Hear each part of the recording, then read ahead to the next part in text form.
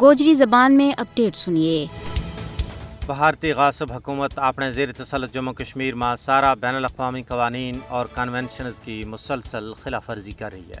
مودی حکومت نے 5 اگست 2019 میں بین الاقوامی قوانین کا قائم کیا و اصولوں کی کھلی خلاف ورزی کرتا ہوا جموں کشمیر کی خصوصی حیثیت نہ منسوخ کر دیتو۔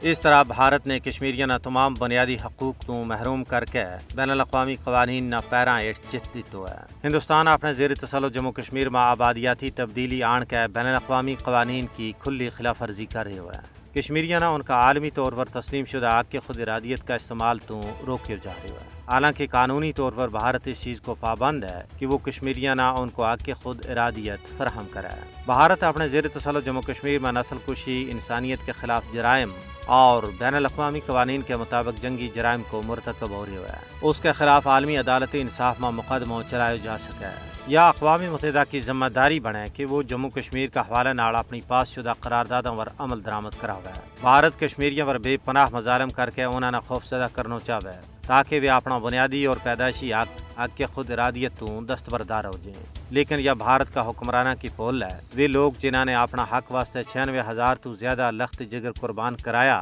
کیا وہ اپنا حق پر کمپرومائز کر لیں گا؟ بھارت نہ ایک دن ضرور کشمیریوں نہ انہوں کو حق خود ارادیت دینا پائے گا۔